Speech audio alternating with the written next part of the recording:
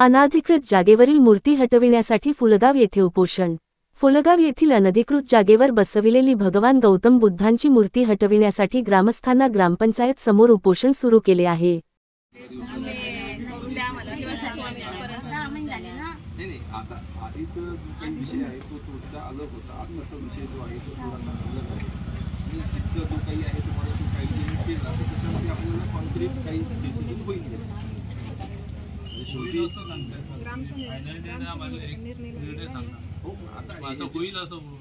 एक डिसिजन घ्यायला जे काही ड्यू प्रोसेस आहे ते फॉलो करावी लागेल ना।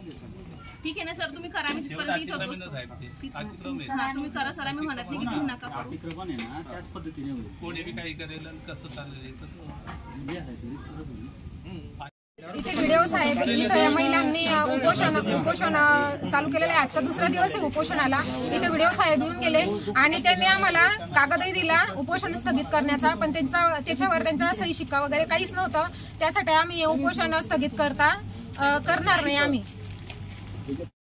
की जे काही तुम्ही बसलेले आहात त्याच्यासाठी प्रशासनाला जे काही 10 ते 15 दिवसाचा कालावधी लागणार आहे। जसं ग्रामपंचायतीनं जे काही ठराव पारित केलेला आहे त्या अनुषंगाने जे काही आहे पोलीस प्रशासनाची मदत घेऊन ती पुढील कारवाई करते आणि त्यांना त्या अनुषंगाने ते आम्ही विनंती केलेली आहे की आपण साधारणतः थोडंसं उपोषण स्थगित करावं। त्यांनी मान्य केलं का सर? नाही, त्यांनी जे काही आहे त्यांचं असं म्हणणं आहे की वरिष्ठ कार्यालयातून पाहिजे, परंतु इथे जे आहे ग्रामपंचायत सक्षम प्राधिकारी आहे आणि ठीक आहे पोलीस प्रशासन सुद्धा इथे सक्षम आहे। ज्या अधिकाऱ्यांचा डायरेक्ट असा संबंध येत नाही ते त्यांच्याकडून मागणं ते काही उचित होत नाही। ठीक आहे। किशोर चौधरी, आम्ही उपोषणाचा दुसरा दिवस आहे सर आमचा।